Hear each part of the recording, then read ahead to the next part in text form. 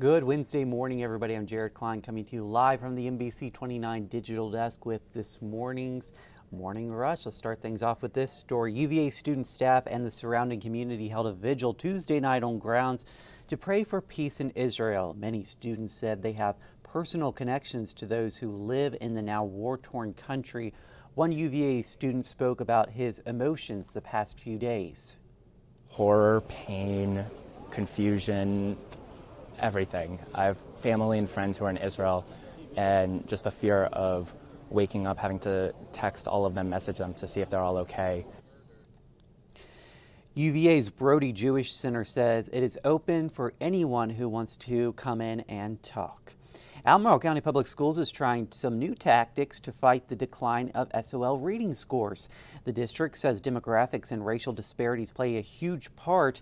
Students in lower grade levels are struggling the most. I think our largest gaps are with some racial disparities. Our black students don't perform well, in addition to our special education students and our economically disadvantaged students.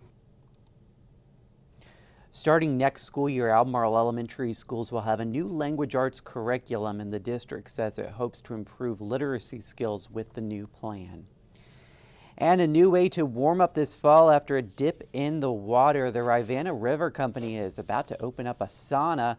The general manager says there will be community and private sessions. The wood-fired sauna is meant to draw people to the river during the off-season. It will open on November 3rd, and people will soon be able to make reservations online. You know, I don't think I've ever been in a sauna. I have.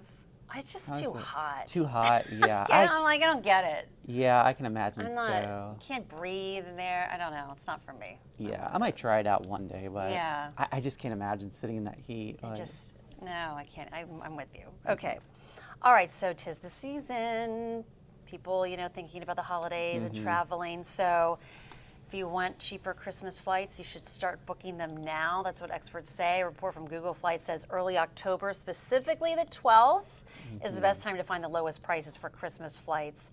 So start looking. Experts say that Google's specific target date of 71 days in advance of a trip is more of a recommendation than a rule, but instead travelers should view that time as the point when cheap flights have their highest odds of popping up. So this is just the time where you could possibly luck out with a cheaper flight.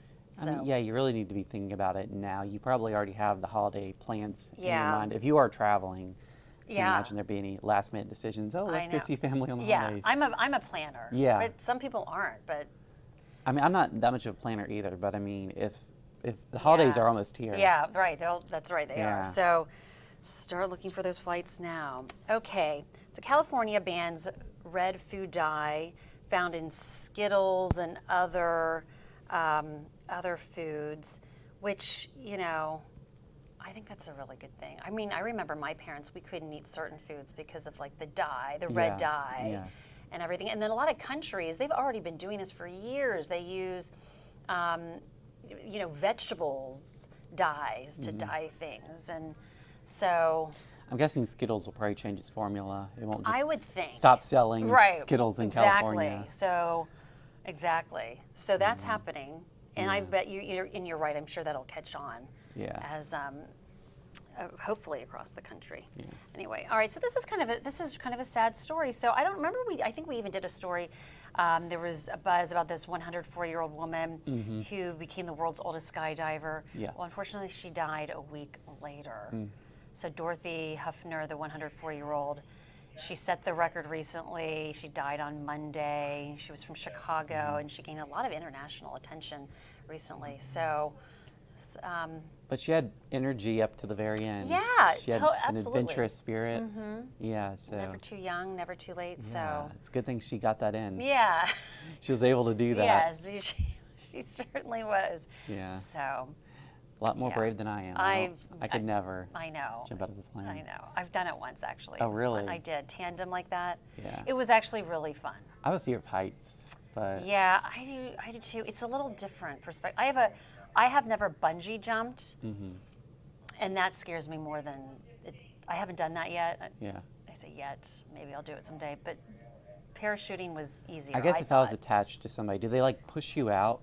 So Well, what's awful is that they make you kind of step out because there's someone attached to you, Yeah. a professional, and I had to stand out like outside the airplane on this little foot thing Yeah. while he's still in the plane, and then we kind of like fall out.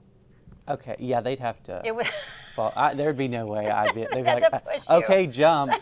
you're like, no. No, at that point I'd be like, all right, let's turn around, let's land this plane. Yeah. So yeah, that probably helps with the fear of heights and everything. Yeah. Maybe I'll do it one day. There you go. Probably not. Never-